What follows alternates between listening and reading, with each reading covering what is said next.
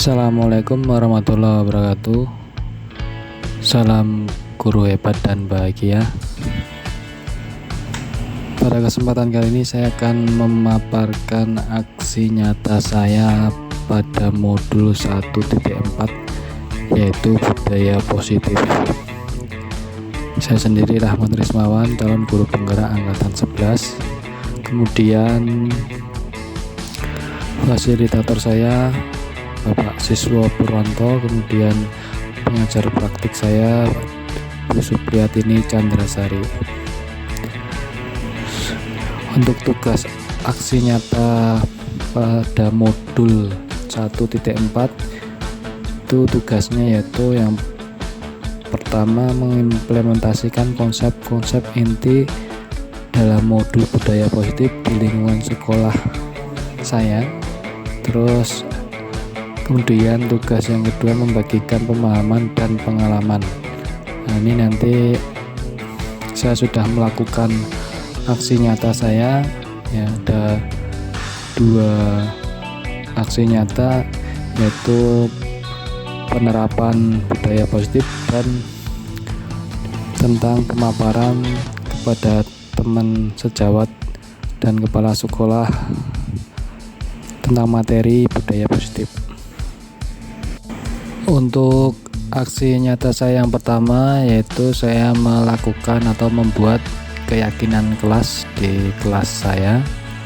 Kemudian yang kedua itu melaksanakan posisi kontrol dan restitusi kepada anak kelas 12.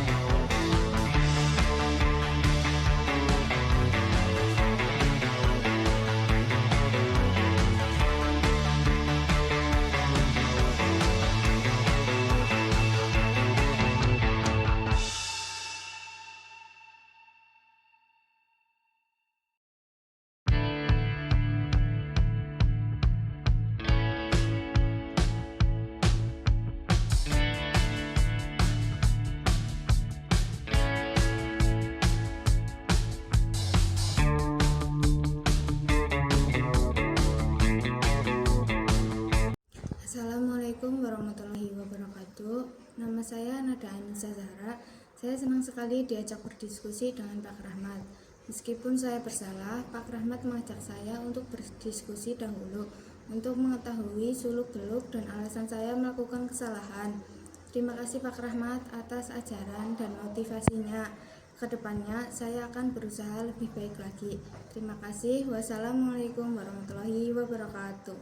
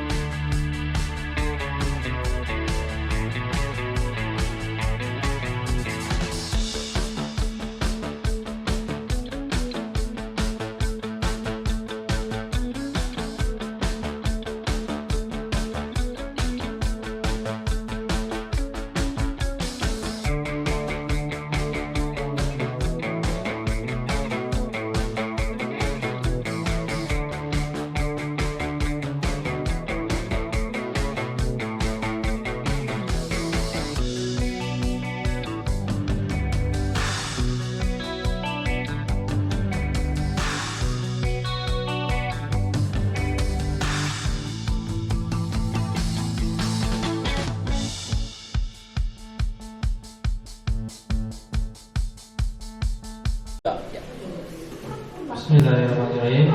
Assalamualaikum warahmatullahi wabarakatuh. Saya ulang lagi Bapak Ibu yang semangat sehat karena masih pagi hari. Ya. Oke. Assalamualaikum warahmatullahi wabarakatuh. Terima kasih atas jawab salamnya. Oke, yang saya hormati Bapak Kepala SMK Negeri 1 Purwojati, Bapak Gunarso SPD MPD, Bapak Wakil Kepala Sekolah, Sarpras, Humas, Kurikulum dan Kesiswaan yang saya hormati juga, kepada Bapak Ibu Guru juga yang saya hormati. Pada kesempatan ini saya mohon izin dan terima kasih sudah bisa hadir di tempat ruang ini dalam kegiatan tugas calon guru penggerak angkatan 11, yaitu saya sendiri Pak Ahmad Rismawan. Oke, langsung saja pada kesempatan ini saya akan menyampaikan pemahaman dan penerapan aksi nyata saya di modul 1.4, yaitu di budaya positif. Nanti dalam kegiatan ini saya akan, mungkin Bapak Ibu akan saya berbagi ilmu sedikit tentang budaya positif yang sudah saya terima dari program pendidikan guru penggerak.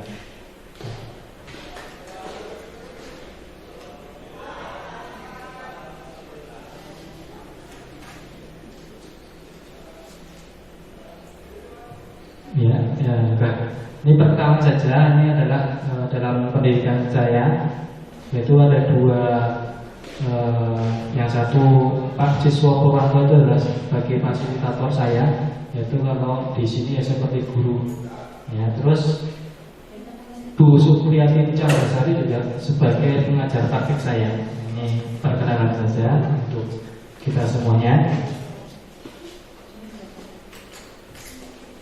Ya, dalam kegiatan ini saya akan melaksanakan beberapa kegiatan yang sudah saya rencanakan untuk Bapak Ibu semuanya. Ini ada 7 kegiatan Bapak Ibu semuanya. Ya, ini karena materinya agak banyak, jadi agak lama waktunya. Terus kegiatan yang pertama nanti pada saat pemahaman dan penyampaian budaya positif, itu yang pertama pembukaan, ya, berarti 5 menit waktunya. Terus ice breaking itu 5 menit. Terus ada yang ketiga itu pengetahuan awal 5 menit. Nah, nanti pengetahuan awal itu saya meminta untuk Bapak Ibu guru mohon bantuannya. Saya ingin melihat kemampuan Bapak Ibu dalam materi budaya positif sebelum saya sampaikan materinya. Sedikit. Terus yang keempat yaitu kegiatan inti, nanti saya akan menyampaikan budaya positif. Kemudian ada yang kelima yaitu diskusi 10 menit. Nah, nanti saya mohon ada kegiatan diskusi sedikit agar lebih interaktif. Kemudian ada yang keenam pengetahuan akhir. Nah, tadi ada pengetahuan awal dan akhir. Jadi setelah saya sampaikan dan diskusi, nanti Bapak Ibu saya mohon bantuannya untuk melaksanakan pengetahuan akhir tadi dengan soal sedikit saja tadi.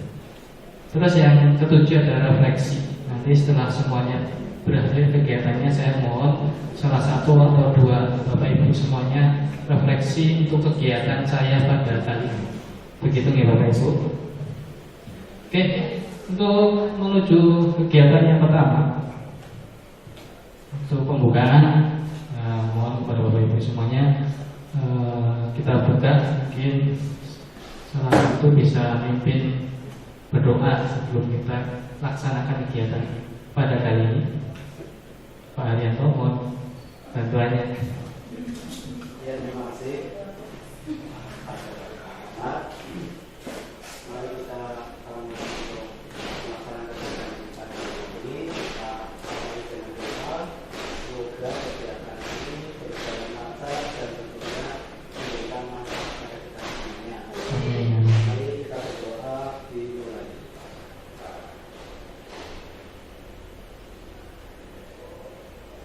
Berdoa selesai. Terima kasih banyak Pak Haryanto guru BK kita sudah memimpin berdoa pada kali ini. Semoga apa yang kita dapatkan ini bermanfaat bagi kita semuanya, bagi siswa juga, dan mendapatkan pahala yang banyak-banyaknya. Oke, lanjut.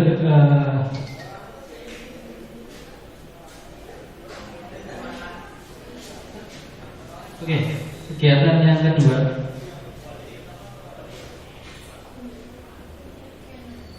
Oke, ice breaking. Jadi kita sebelum kegiatan dimulai, mohon nanti dilihat ini ada sebuah apa namanya, film pendek.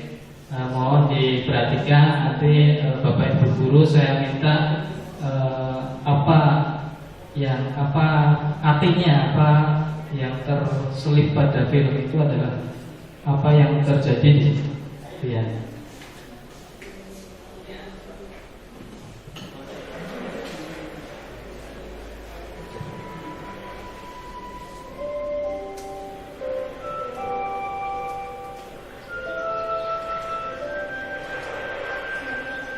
Ini ada sebuah burung yang suka burung, ibu-ibu, apa bapak-bapak, apa?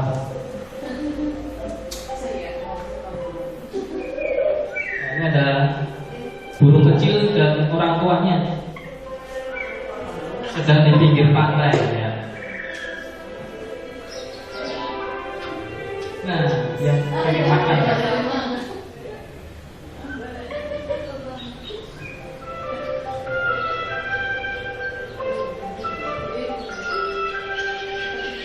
Anggap aja itu siswa kita ya.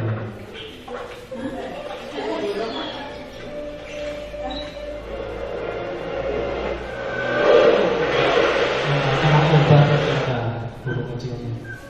Nah, tadi kena ombak terus minggir, takut dia. Nah, ada ombak sedikit takut, trauma ya biasanya. Nah, tapi dia lapar ternyata.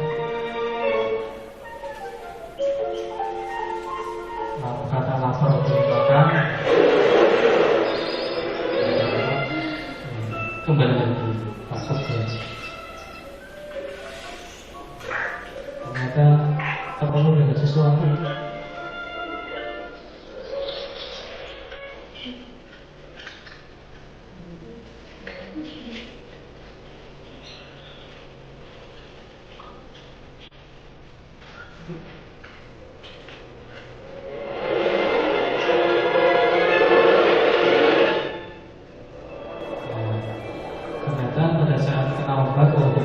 Situ ternyata banyak makanan pada saat ombak.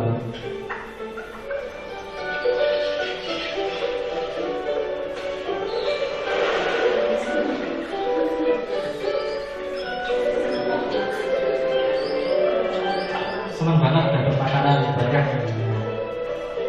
Tidak hanya untuk dirinya tapi buat semuanya juga. Wah, banyak banget.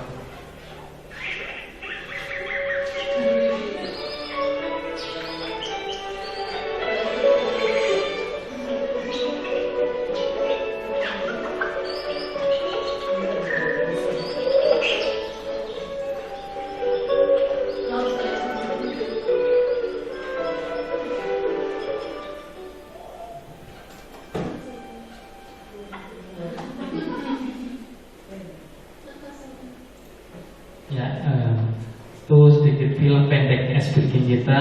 Tadi saya bilang mohon bantuannya untuk Bapak Ibu. Mungkin di dalam cerita tadi apa maknanya yang tergantung di dalam film tersebut. Mungkin ada yang mau bantu saya telah melihat film dari buku.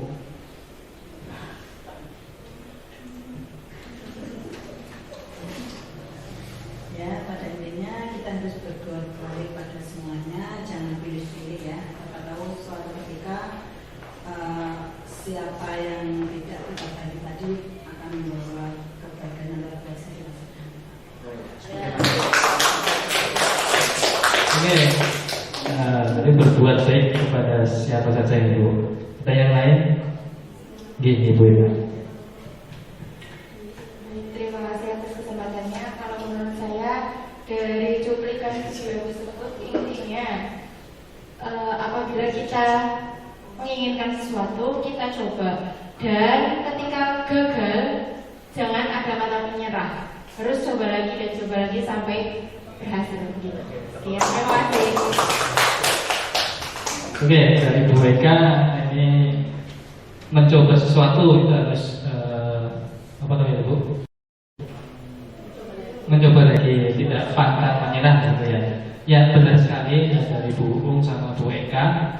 Jadi intinya, jadi pada saat kita itu ingin melakukan sesuatu keinginan kita, kalau kita itu tidak mencoba, ya, apapun itu yang menakutkan, misalkan Bapak Ibu pengen WA di grup SMK Desa Purwojati misalkan. Nah itu, kalau kita nggak mencoba, padahal itu hal baik. Ya, jadi seperti yang Kak bilang tadi, kita butuh makan, ternyata hal baik untuk bagi semuanya. Itu kalau nggak dicoba, nggak berani, ya, itu nggak akan ada perubahan di sana. Maka dari itu kita harus berani mencoba hal tersebut. Ya, berarti sekarang juga harus mencoba. Kalau tidak mencoba tidak akan tahu hasilnya. Begitu nih Bapak Ibu ya. Nah, nanti berhubungan dengan apa yang saya sampaikan pada materi ini. Oke. Ya, nanti yang pertama adalah saya akan penyampaian tentang budaya positif. Ya. Oke, di dalam budaya positif, nanti ada beberapa yang harus kita pelajari bersama. Jadi untuk menciptakan budaya positif itu kita butuh apa? Ternyata ada beberapa yang harus kita pelajari terlebih dahulu. Jadi menurut pemahaman Ki Hajar Dewantara itu kita harus memahami beberapa hal yang di slide dulu. Yang pertama yaitu perubahan paradigma belajar. Nah, itu adalah perubahan belajar yang mungkin tadinya awalnya itu siswa lebih sering diberi hukuman atau apa. Nanti dalam materi ini kita mencoba lebih baik memberi stimulus tentang bagaimana caranya lebih baik menghadapi ini. Terus ada disiplin positif. Nah, ini nanti disiplin positif juga nanti akan dijelaskan. Terus yang ketiga ada motivasi perilaku manusia. Nah, nanti perilaku manusia juga kita bahas di dalam budaya positif. Kemudian ada kebutuhan dasar manusia. Ini juga nanti kita bahas. Kemudian posisi kontrol restitusi. Nah, itu nanti posisi kontrol restitusi itu apa? Nanti kita bahas bareng-bareng. Terus ada keyakinan kelas. Wah, keyakinan kelas itu apa? Kemudian yang terakhir adalah segitiga restitusi. Itu menurut saya sangat penting sekali. Enggak cuma guru BK yang harus seperti ini, tapi semua guru harus bisa melaksanakan segitiga restitusi. Begitu, lanjutkan kita langsung menginjak yang pertama. Oke, tadi ada beberapa hal yang harus kita pelajari. Sebelumnya kita mohon bantuannya. Nanti ada kegiatan pengetahuan awal dulu. Nanti saya bagi linknya di situ. Silakan mohon bantuannya untuk mengisi link tersebut. Nah, saya bagikan lewat WA grup. Sebentar.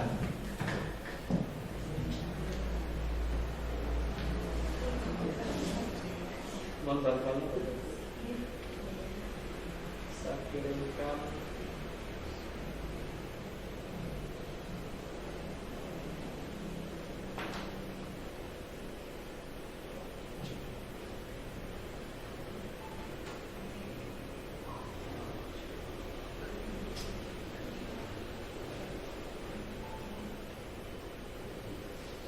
grup media saja biasa.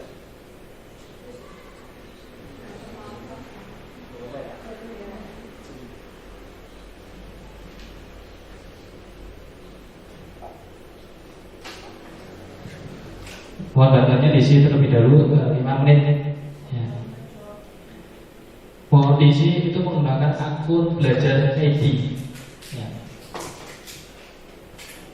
Nah, nanti di situ setelah mengisi beberapa hal akan muncul poinnya. Nanti poinnya itu untuk penilaian Bapak Ibu sendiri. Ya. Nanti setelah ada penyampaian materi apakah nilainya naik atau turun, dan nanti dicek untuk Bapak Ibu sendiri di media yang menggunakan belajar ID. Gmailnya belajar ID.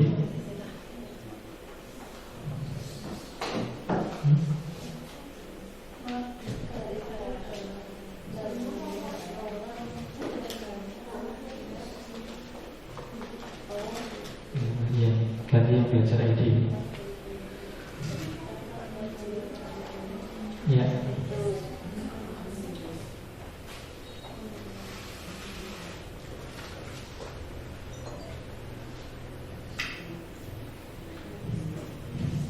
Sudah Bapak Ibu? Belum? Itu simpel-simpel.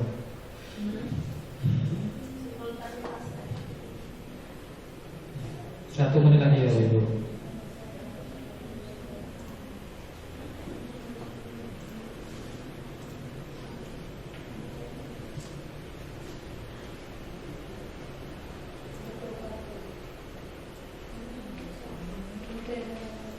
Sepisahnya saja Bapak. Cuma ada benar atau salah. Ya, di dunia itu ada 2 pilihan ya. Benar atau salah, iya atau tidak, begitu ya. Sudah Bapak Ibu? Oke. Kalau sudah, itu nanti buat pegangan Bapak Ibu poinnya, ada poinnya.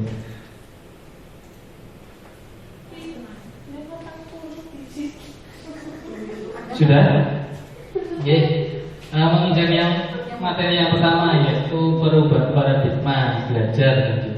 Jadi dalam kurikulum Merdeka ini mungkin sudah Bapak Ibu ketahui semuanya, perubahan cara belajar di Merdeka Belajar ini mungkin sedikit berbeda dengan yang sebelumnya ke-13. Ada perubahan sedikit di yang salah satunya ada P5, ada kegiatan apel pilihan dan lain-lain.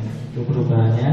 Terus di dalam materi ini saya mengkhususkan perubahan paradigma, yaitu stimulus respon ke teori kontrol.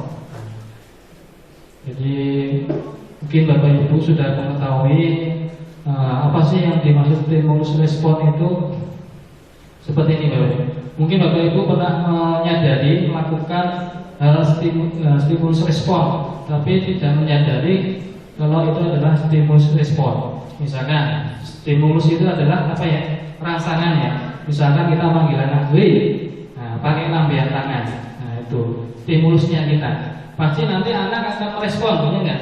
Nah, itu adalah respon dari anak, pasti akan kemari terus kenapa Pak? Itu adalah namanya stimulus respon. Nah, terus kalau teori kontrol tadi ini berhubungan dengan bisa jadi kontrol diri, kontrol anak, ya. Tuh. Nah, dalam perubahan paradigma kontrol ini kita yang harus kita ketahui, yang kita harus pahami bersama, ada beberapa, ya. Yang sebelah ini adalah stimulus respon dan yang sebelah kanan adalah teori kontrol. Nah, ini perubahan paradigma antara yang dulu dan yang sekarang, gitu ya, Ibu. Jadi perubahan itu nggak harus semuanya. Jadi boleh yang baik itu tetap aja berlaku, tapi misalkan ada yang lebih baik, boleh ya kita ambil yang baik, yang kurang saja yang kita tinggalkan, yang baik tetap berjalan, terus ditambahi lebih baik lagi, gitu ya. Nah, ini yang kita harus pahami, realita kebutuhan. Jadi realita kebutuhan kita sama. Kalau di teori kontrol berbeda. Kalau di teori kontrol itu realitas kebutuhan kita itu berbeda. Ya, kalau yang respon sama, Kalau dikontrol itu berbeda. Terus semua orang melihat hal yang sama. Nah, misalkan Bu Uung melihat hal yang sama, mau ke depan, Bu Uung melihat ke depan, coba apa yang dilihat? Coba depannya bukan depan sana. Apa? Nah, Garuda Pancasila. Bisa jadi Pak Haryanto saya suruh lihat ke depan, lihatnya Pak Presiden misalkan. Nah, itu berbeda. Jadi di setiap orang memiliki gambaran yang berbeda. Ya. Kemudian kita mau coba mengubah orang agar berpandangan sama dengan kita. Tapi kalau di teori kontrol kita berusaha memahami. Nah, memahami setiap orang berbeda nggak, Bapak Ibu? Murid kita beda kok sama semua? Beda. Nah, kita di dalam teori kontrol ini kita berusaha untuk memahami pandangan orang lain tentang dunia itu berbeda. Terus perilaku buruk dilihat sebagai suatu kesalahan. Nah, ini yang sering terjadi. Kalau di teori kontrol nanti kita mencoba, jadi semua perilaku itu memiliki tujuan, ya. Bukan karena kesalahannya, tapi ada tujuannya. Misalkan Pak, ada siswa telat, siswanya telat 10 menit, ditanya, kamu kenapa kok telat? Saya bangunnya siang. Lah kamu salah itu, kamu salah. Nah, tapi di teori kontrol kita harus menganalisa dulu, nggak langsung justice, kamu salah. Semua perilaku memiliki tujuan. Nah, kenapa kamu telat bangunnya siang? Lah kenapa bangun siang? Nah, pasti ada alasannya tertentu. Nah, kalau tadi malam saya bekerja sampai jam 12 malam, Pak, bantu ibu saya, orang tua saya. Nah kan gitu ya. Berarti kan kita harus sebenarnya tujuan kenapa sih kok kamu telat? Nah, gitu. Terus orang lain bisa mengontrol saya, bisa nggak? Nah, kalau di teori kontrol, Anda tidak bisa mengontrol orang lain. Bisa nggak kira-kira siswa nanti ya? Jangan misalkan apa ya? Kamu pakai gelang, ini sering nih. Orang cowok itu pakai gelang, pakai kalung. Kamu copot kalungnya. Nah, kira-kira itu akan secara langsung dicopot anak secara ikhlas atau tidak? Tidak, karena ada sesuatu di dalam hatinya. Saya pengen tetap pakai kalung, ini apik banget. Kemarin saya juga mengalami. Kamu kenapa kok pakai kalung ini? Pemberian orang tua saya, waduh. Nah, ini saya juga berat ya. Iya, gitu.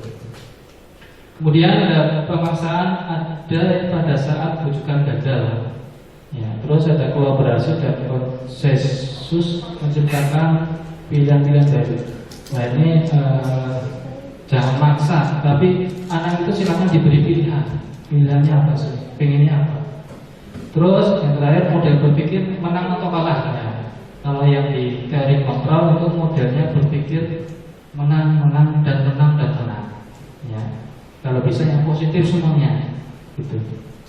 Begitu ya, Ibu. Terus, nah, jadi mungkin Bapak Ibu sudah paham kurikulum merdeka. Kurikulum merdeka itu, wah, ini kurikulum merdeka itu bebas. Berarti semuanya bebas, begitu. Nah, ternyata, oh, setelah saya pahami, oh, ternyata begitu maksud dan tujuannya. Ternyata hal positifnya itu luar biasa. Seperti yang di depan ini ada katanya Pak Ki Hajar Dewantara sendiri. Ini bahasa Jawa, ini ada bahasa Jawa. Mardika iku jarwonya nora mung lepasin panggrih ning uga luwih kuwasa mandiri priyambak. Kuwi opo gak ada bahasa Jawa. Nah, di bawah artinya bahasa Indonesia-nya. Merdeka itu artinya tidak hanya terlepas dari perintah, akan tetapi juga cakap buat memerintah diri sendiri. Nah, ini ternyata merdeka itu selama ini merdeka bebas silakan anak enggak. Ternyata kamu harus disiplin, enggak. Ternyata enggak bisa dipaksa dari luar, tapi harus dari diri sendiri.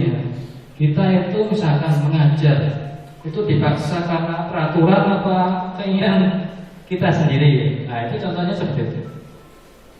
Makanya di Gajah Dewantara itu sebenarnya yang positifnya itu membuat anak biar dia itu paham dengan dirinya sendiri, dengan tugasnya sendiri, dengan kegiatannya sendiri, harus paham dengan dirinya begitu ya. Itu untuk merdeka menurut Gajah Dewantara. Nah, jadi ini disiplin positif. Jadi disiplin itu mungkin bayangan Bapak Ibu, wah disiplin itu ya harus mengikuti peraturan. Ternyata dilihat dari asal katanya itu disiplin berasal dari bahasa Latin disiplin yang artinya belajar. Oh ternyata disiplin itu belajar mengerti peraturan. Nah tadi sudah saya jelaskan sedikit. Menurut KHD bersifat self disiplin. Apa itu self disiplin? Ya disiplin karena dirinya sendiri. Ya, muncul karena dirinya sendiri sadar kalau saya itu harus berangkat jam 7 sebelumnya harus sampai harus sampai ke sekolahan sebelum jam 7 lah itu sadar karena dirinya sendiri bukan nanti kalau jam 7 telat saya harus disiplin harus puspa dan begitu. Itu yang menurut Gajah Dewantara dari disiplin itu kalau bisa itu datang dari dirinya sendiri. Nah ini, jadi setelah disiplin kita harus tahu ini. Mungkin kita sesama manusia, murid juga manusia, guru juga manusia, bapak kepala sekolah juga manusia. Mungkin dilihat, coba nanti dipilih Bapak Ibu. Dari ketiga ini Bapak Ibu itu yang mana pada saat mengajar mungkin ya? Mohon dipilih nih, nomor 1 atau nomor 2 atau nomor 3 motivasinya. Semuanya luar biasa. Kira-kira yang mana nih? Dari nomor 1, nomor 2, nomor 3? Nomor 3 kuis. Luar biasa sekali tadi. Berarti Bapak Ibu guru semuanya ternyata sudah mengikuti pemahaman dari Gajah Dewantara. Ya, jadi ternyata benar. Jadi yang nomor 1 itu levelnya paling rendah bahasanya. Untuk menghindari ketidaknyamanan atau hukuman, saya harus mengajar nanti dimarahin kepala sekolah seperti itu. Oke, terus level selanjutnya di atasnya itu ada yang kedua yaitu untuk mendapatkan imbalan dan penghargaan orang lain. Wah Pak Rahmat itu wajib banget nanti tak kasih hadiah gitu. Itu saya ngajarnya niat karena ada jenengnya apa itu ya, rajin banget itu namanya omongan itu loh ya, penghargaan pujian ya, senang banget dapat pujian Pak Rahmat ya gitu. Oke, nah level yang paling tinggi di antara ketiga itu adalah untuk menjadi orang yang mereka inginkan dan menghargai diri sendiri dengan nilai-nilai yang mereka percaya. Nah itu tadi hubungannya dengan disiplin itu harus datang dari kita sendiri, menghargai diri sendiri. Saya harus disiplin dan lain-lain. Itu motivasi perilaku. Mungkin siswa kita kira-kira banyakkan yang mana kalau siswa kita ini? Coba Bapak Ibu, kalau motivasinya siswa ini berangkat sekolah, kira-kira 1, 2 atau 3? 1. Karena kalau nggak 1 ya 2 ya. Yang 1 takut karena hukuman, nanti saya kalau nggak berangkat saya dapat hukuman dari BK ini. Contoh. Terus yang 2, nanti kalau saya nggak berangkat nggak dapat uang saku, saya ini harus berangkat nanti buat nabung. Nah itu kalau kebanyakan berarti siswanya pilihan level yang 1 dan 2. Kalau bisa nanti Bapak Ibu guru kalau sudah paham seperti ini ya, kalau bisa menginjak ke yang level ketiga, sadar loh, saya itu ternyata belajar di SMP ini harus pintar, karena sukses itu datang karena diri saya sendiri. Saya makanya harus rajin dan lain-lain gitu. Itu untuk motivasi perilaku manusia. Nah, tadi nih, setelah motivasi ya, kebutuhan dasar manusia. Mungkin kebutuhan dasar manusia kalau kita umumnya materi pengetahuan kita itu mungkin tentang sandang dan pangan dan lain-lain. Nah, tapi kalau di dalam teori ini kebutuhan dasar manusia itu ada 5.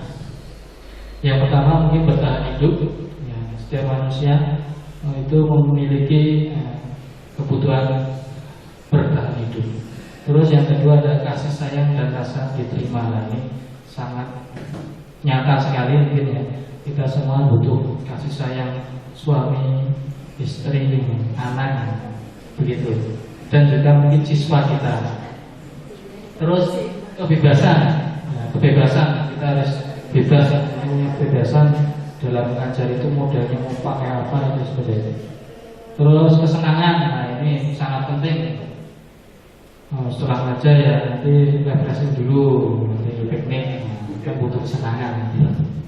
Terus penguasaan, nah ini penting gitu. Mungkin dari guru matematika harus hitung-hitung ya kan, tugasnya sebenarnya harus kompeten. Ya. Itu kebutuhan dasar kita, tapi mungkin sama dengan siswa karena manusia ya.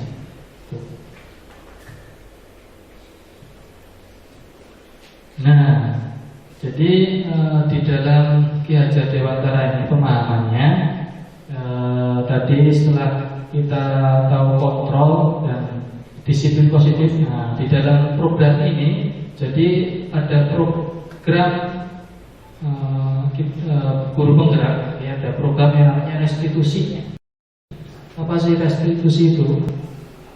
Jadi restitusi itu adalah proses menciptakan kondisi bagi murid untuk memperbaiki kesalahan mereka sehingga mereka bisa kembali pada kelompok mereka dan karakter yang lebih kuat.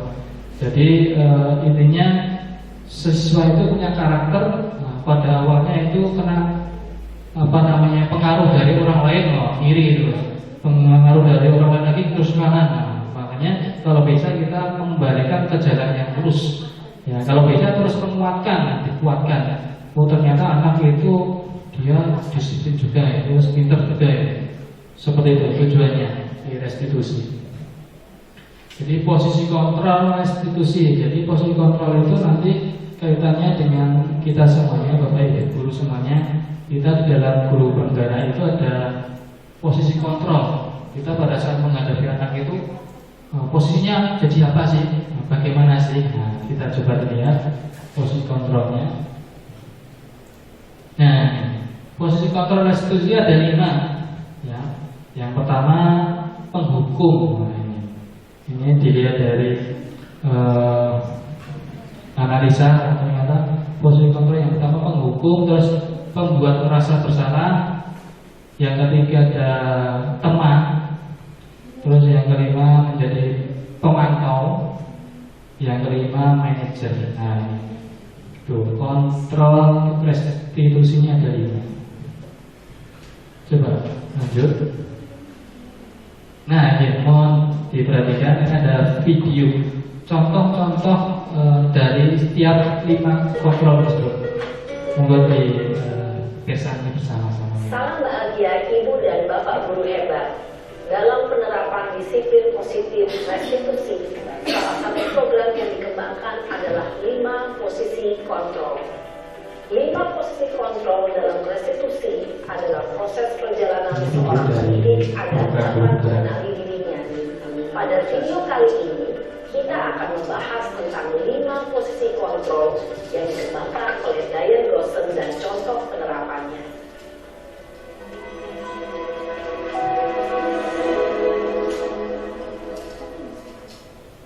5 posisi kontrol itu adalah 1. Posisi penghukum. Kita semua. Posisi pembuat rasa bersalah. 3. Posisi teman. 4. Posisi pemantau atau monitor. Dan 5. Posisi manajer. Untuk lebih memahami kelima posisi tersebut, mari kita saksikan kasus Naren yang terlambat hadir 20 menit di sekolah dan melihat bagaimana kelima posisi kontrol dalam menghadapi masalah tersebut. Posisi kontrol yang pertama, posisi penghukum. Ya. pendekatnya seperti ini.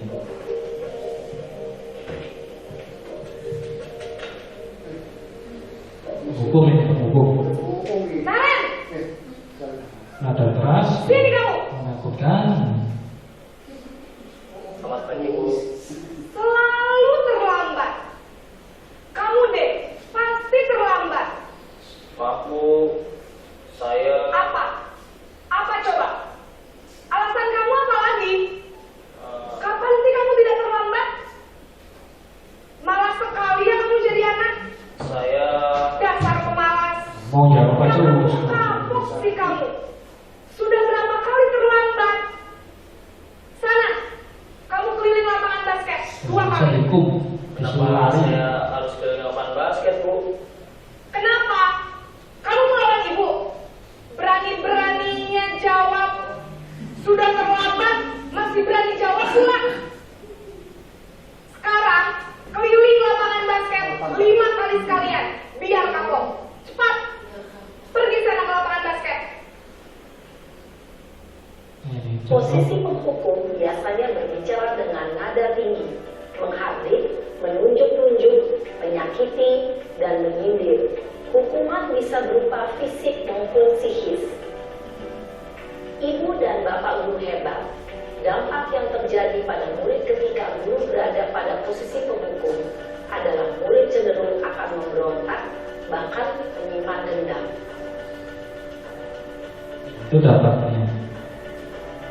Ya, posisi kedua merasa bersalah. Masih sama bedanya. Yang kalimatnya yang berbeda.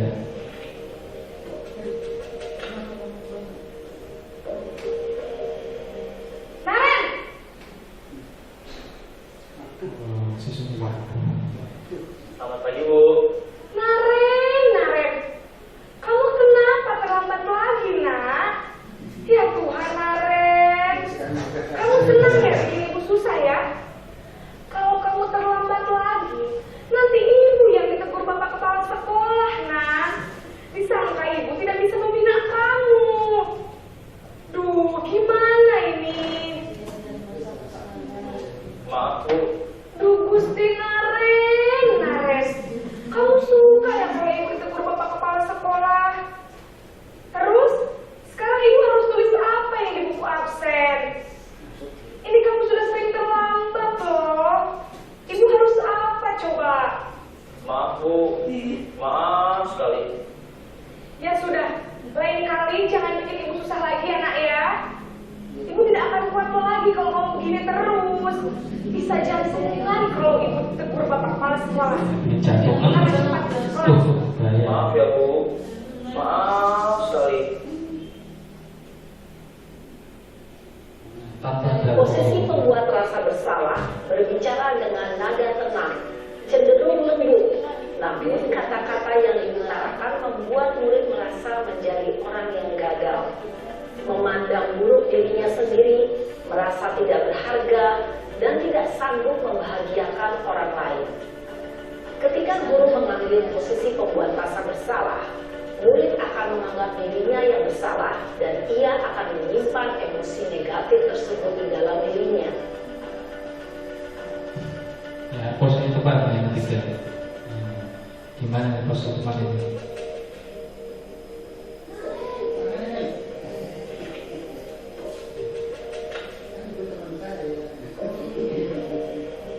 Naren!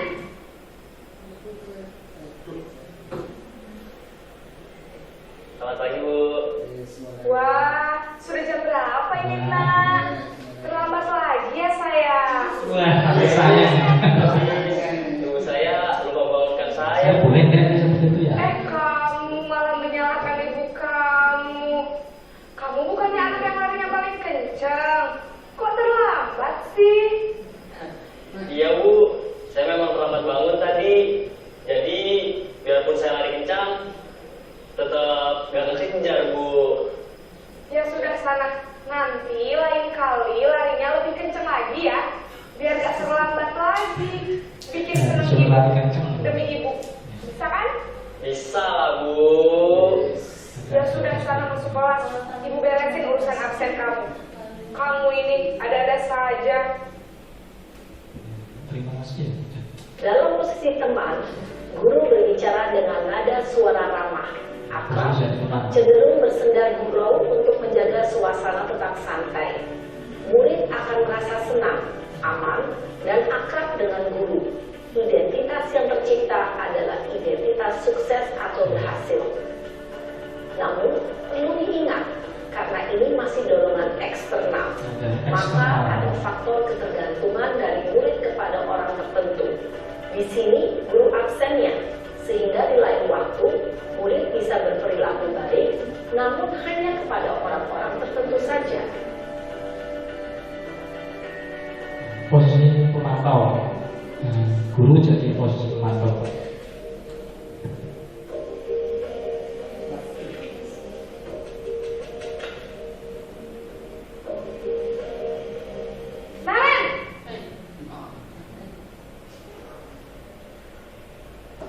Selamat pagi, Bu. Naren, apa peraturan sekolah kita tentang jam berapa kita harus masuk sekolah, nak? Kita harus di sekolah jam 7, Bu. Iya, betul. Sekarang sudah jam 7.20. Naren sudah tahu konsekuensinya jika terlambat hadir. Paham, Bu. Saya harus tinggal kelas, 4 jam istirahat selama 20 menit. Iya, benar. Konsekuensinya demikian. Jadi nanti jam 9.30, pas istirahat, kamu harus tinggal di kelas, kerjakan tugas tambahan untuk ketertinggalan kamu, ya? Baik, Bu. Posisi pemantau mengandalkan penghitungan atau data untuk mengontrol murid. Guru mengarahkan murid berdasarkan peraturan dan konsekuensi.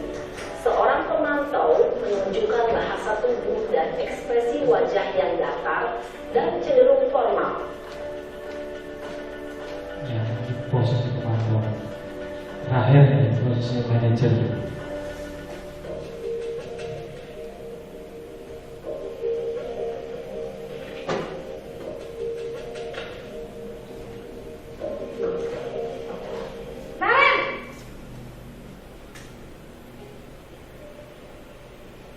Selamat pagi, Bu.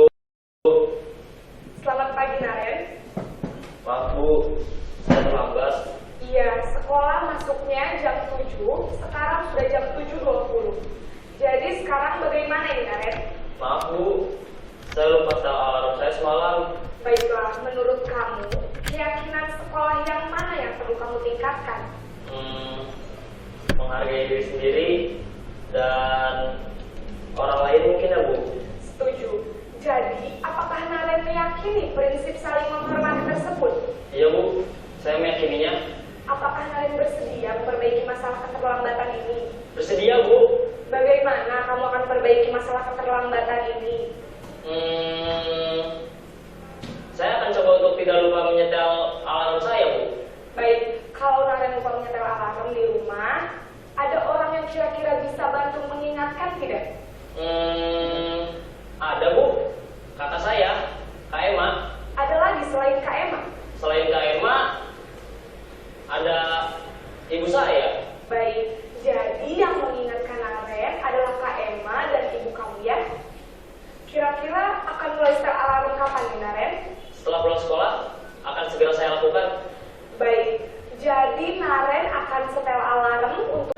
Ibu dan Bapak guru hebat, setelah mengamati adegan kelima posisi kontrol tadi, kira-kira posisi mana yang paling ideal? Posisi mana yang dapat menunjang motivasi intrinsik murid? Ya, tentu posisi manajer. Posisi ini memang posisi ideal yang ingin dituju setiap pendidik. Pada posisi inilah, guru dapat menerapkan disiplin positif yang berpihak pada murid, yang memerdekakan murid. Perjalanan seorang pendidik tentunya tidak mudah untuk sampai pada posisi seorang manajer. Namun, tujuan kita pasti, yaitu menciptakan murid-murid yang mandiri, merdeka, dan bertanggung jawab.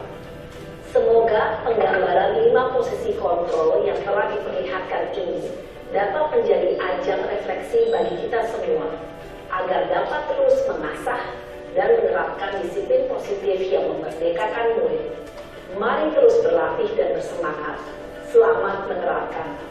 Salam dan bahagia Ibu dan Bapak Guru hebat. semua.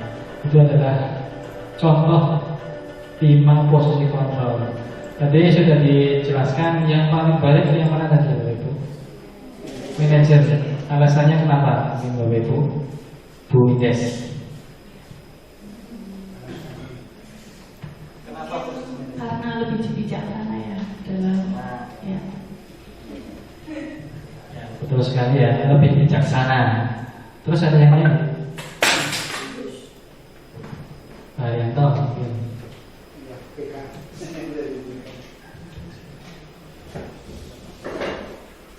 Ya, terima kasih untuk yang kedua kalinya.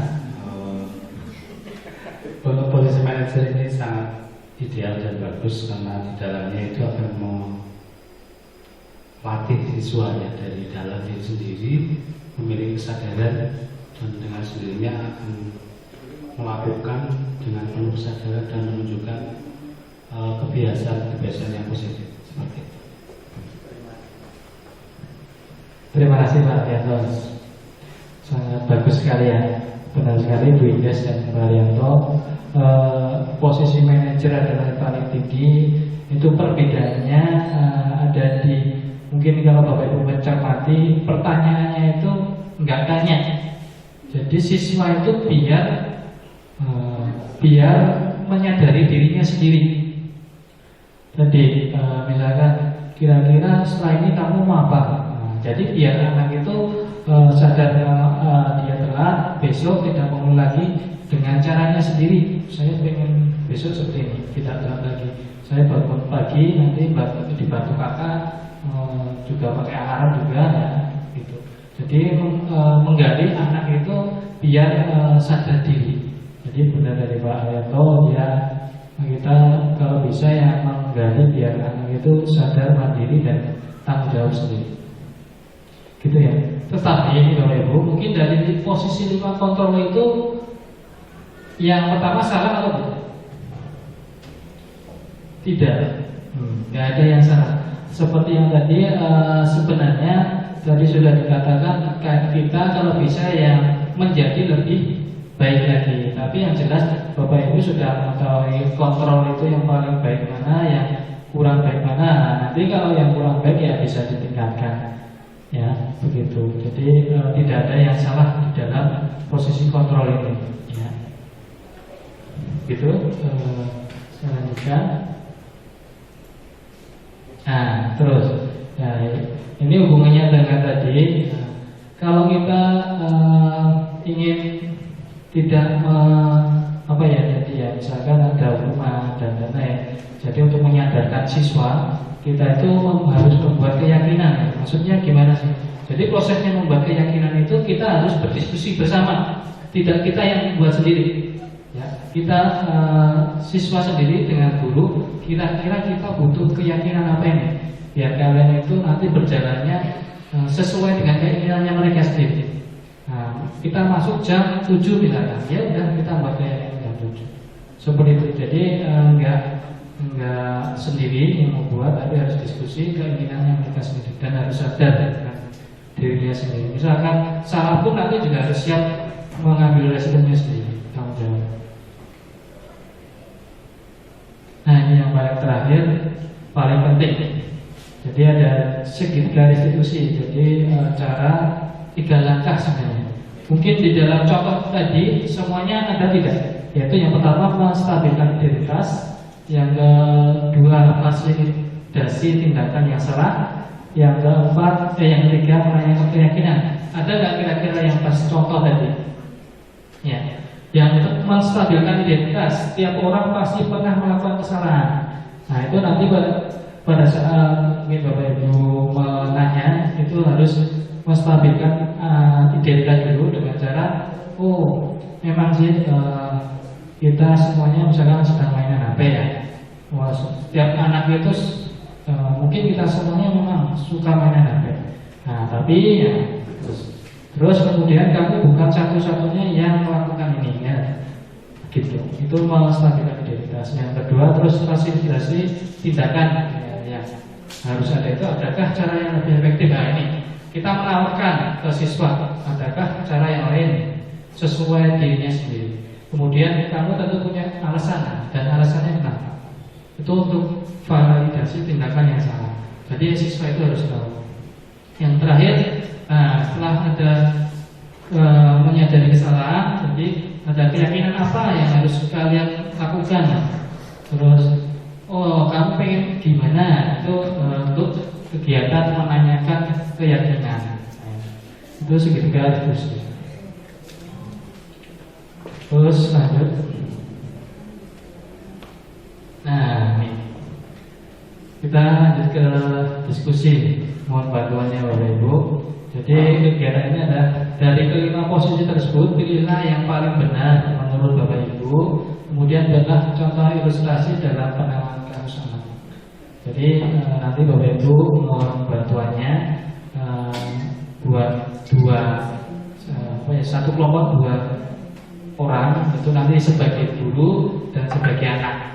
Ya, jadi kira-kira dari posisi penghukum, pembuat merasa bersalah, teman-teman manajer silakan boleh pilih salah satu yang menurut Bapak Ibu benar. Terus contohnya ada tadi seperti tadi. Ya, mungkin kasusnya tidak yang terlambat, yang lain. Mungkin HP atau tidak pernah masuk atau minggat, gitu. Begitu ya Bapak Ibu. Nanti saya kasih. Nanti ada skenario sedikit aja. Yang penting ada 3 tadi ya Bu. Menstabilkan identitas. Terus yang kedua validasi tindakan yang salah. Terus yang terakhir adalah keyakinan dirinya sendiri tadi. Oke, saya bagikan kertas.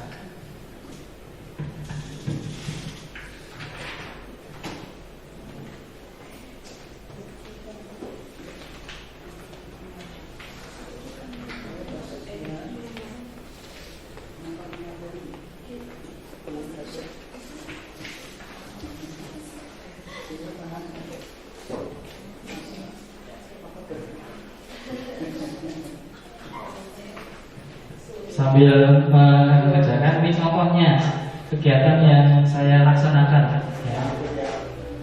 Nah ini keyakinan kelas. Saya membuat keyakinan kelas seperti ini. Hanya kita pada anak diskusi ya. Nah sepakat memang ya, yakin. Ini semua yang tadi itu yang isi anak semuanya. Ya jadi tindakan apa dan lainnya itu semuanya anak yang membuat. Ya. Tuh terus. Nah ini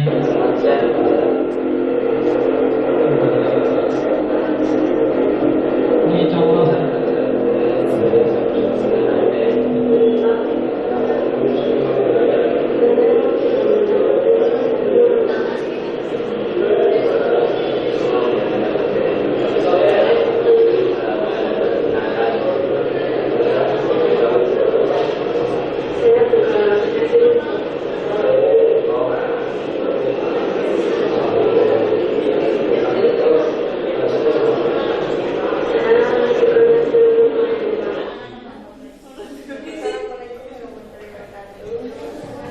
Ini setelah saya tadi beri ya.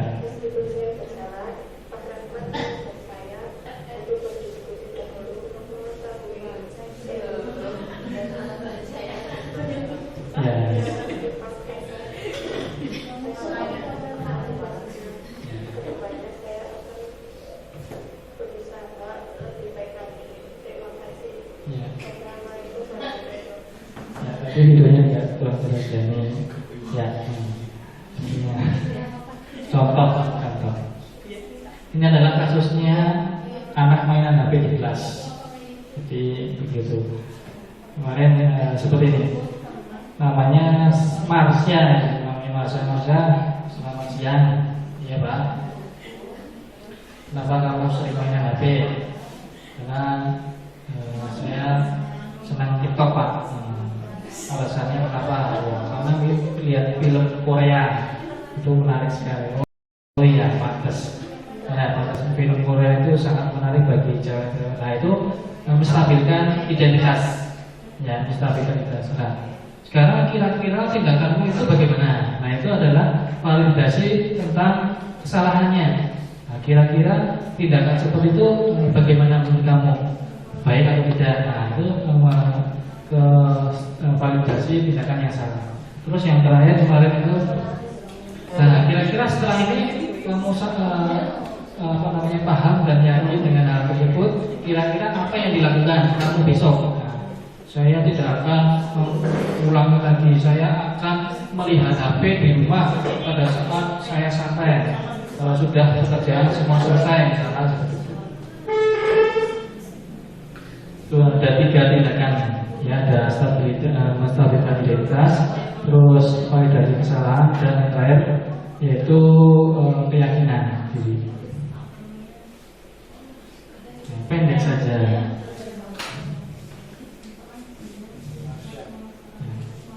Marsha.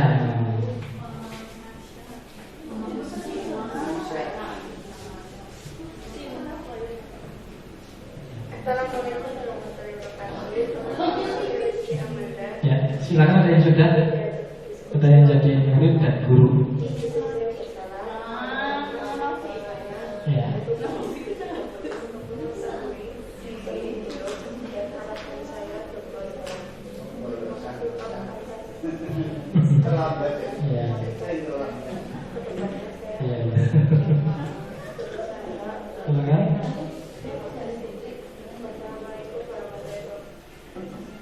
Bu Novi, silakan.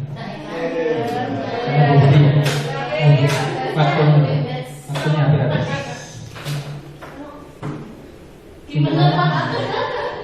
Jadi guru sama anak sedang mewawancarai anak punya kesalahan. Ya, boleh bebas posisi kontrolnya boleh. Karena saya sukanya jadi teman. Ya, di bawah dibaca nggak? Oh iya, hafal ya. Jadi guru, tapi Budi jadi siswa.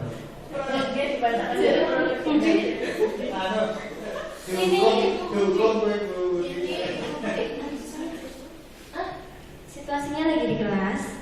Jadi ini pelajaran matematika ceritanya. Dan ini Ibu Budi tidak mengerjakan PR. Ayo anak-anak dikeluarkan PR-nya. Budi, PR kamu di mana? Belum dikerjakan, kok bisa? Temennya nggak ada yang ngasih tahu. Oh, mau nyontek, mencari jawaban dari jawaban teman. Kira-kira penyebabnya apa ya? Kenapa Budi tidak bisa mengerjakan PR-nya Budi? Semalam itu saya asik nge-game, Bu, FF-an. Oh, bermain FF-an. Budi tahu nggak konsekuensinya kalau tidak mengerjakan PR matematika yang Ibu berikan? Iya, Bu, tahu, Bu. Sudah tahu ya? Harus apa? Harus mengerjakan tugas sampai 5 kali lipat. Iya, itu tahu. Bukan 5 kali lipat ya Budi, tetapi mempelajari lebih mendalam lagi materi yang sudah Ibu berikan. Kemudian nanti ada tugas tambahan selain PR. Siap, Bu. Ya begitu. Ya Budi, besok diingat-ingat ya, kalau ada PR dikerjakan, tidak bermain game terus-menerus ya. Begitu Pak? Makasih, Bu. Ya, terima kasih saya Budi. Ya, itu tadi posisi kontrol yang mana? Niatnya sih memang Penghukum, bersalah, ada teman, ada pemantau dan. Nah, kalau dilihat tadi, di situ tadi sudah ada yang manajer sudah menanyakan kepada anaknya bagaimana kira-kira istilahnya kesadaran diri. Nah, tapi tadi juga membicarakan tentang konsekuensi. Ya, itu nanti masuknya ke pemantau atau pembawa bicara juga bisa. Nah, ya kecuali misalnya seperti itu, nah, apa yang harus menghindari hal seperti itu? Maksudnya menghindari jadi merasa bersalah atau jadi pemantau. Nah, apa yang harus dilakukan? Yaitu membuat keyakinan kelas dulu. Nah, boleh kalau seperti itu sudah ada keyakinan kelas bersama, boleh menanyakan konsekuensi dan keyakinan kelas sahabat kita apa. Nah, itu tidak masalah karena itu sudah keyakinannya murid sendiri dari murid sendiri. Kecuali kalau belum, nah, kalau belum nanti jadi bisa merasa bersalah, bisa jadi penghukum, bisa jadi itu ya Bapak Ibu. Nah, terima kasih Bu Budi dan Bu Novi. Mungkin begitu Bapak Ibu ya. Mungkin sedikit paham untuk pemahaman dari budaya positif itu ya seperti ini ya, yang sudah boleh diterapkan kalau itu baik, dan lebih baik lagi yang baik itu ditambahi, terus yang jelek itu dikurangi, terus ditambahi yang lebih baik lagi ya, boleh ditambah, boleh ditambahi lagi ya. Cukup mungkin setelah ini langsung ke pengetahuan akhir. Ya, saya bagikan link lagi, beda dengan yang tadi. Ini yang terakhir.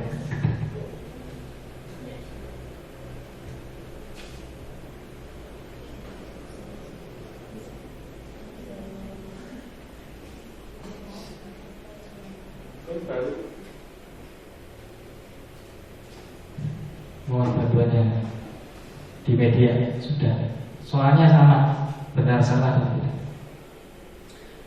Begitu ya Bapak Ibu, saya rasa cukup untuk pemaparan saya dan contoh aksi nyata saya dalam budaya positif. Mungkin dari sekali lagi dari Bapak Ibu refleksi dari kegiatan ini, Bu Nur Utami, mohon Bu refleksi.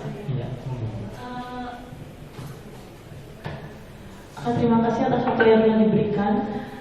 Materi yang telah diberikan sangat memberikan wawasan ya bagi kita, terutama pendidik itu, bahwa memang kita pendidik itu harus menempatkan diri kayak gitu sebagai seorang pendidik yang tidak hanya mengajar tapi juga mendidik murid kayak gitu. Dengan tadi yang ada posisi kontrol sebagai penghukum, terus pemantau, terus pembuat rasa bersalah, teman, dan juga yang terakhir itu tadi manajer ya, itu sangat memberikan wawasan bagi kita bahwa kita harus memberikan sisi yang baik juga, yang positif gitu pada siswa, bahwa ada alasan gitu bahwa siswa itu melakukan sesuatu dan kita harus memberikan feedback yang baik juga, seperti itu. Terima kasih. Terima kasih buat Bu Utami. Terima kasih atas refleksinya. Sudah selesai ya Ibu. Mungkin bisa diukur sendiri-sendiri kemampuannya setelah tadi sebelum diberi materi dan sudah diberi materi. Mungkin itu pemaparan dari saya. Kalau banyak salah, saya manusia biasa, yang benar itu miliknya Tuhan yang Maha Esa. Oke, cukup untuk kegiatan ini tadi dibuka dan nanti harus ditutup. Mari kita tutup kegiatan pada kali ini dengan baca Alhamdulillah bersama-sama. Ya, terima kasih Bapak Ibu. Saya akhiri. Wassalamualaikum warahmatullahi wabarakatuh.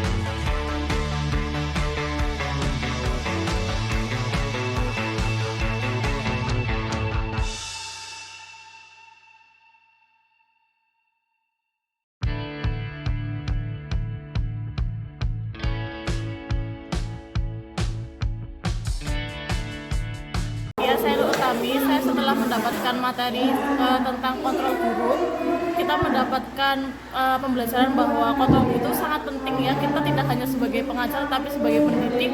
Bahwa sebagai pendidik itu kita harus bisa memanage siswa itu seperti apa. Tadi udah dijelaskan bahwa kontrol guru itu ada 5, salah satunya itu sebagai manajer yang paling baik, bahwa kita itu bisa memberikan masukan dan juga memberikan feedback sebagai guru yang baik kepada siswa, seperti itu. Terima kasih. Wassalamualaikum warahmatullahi wabarakatuh.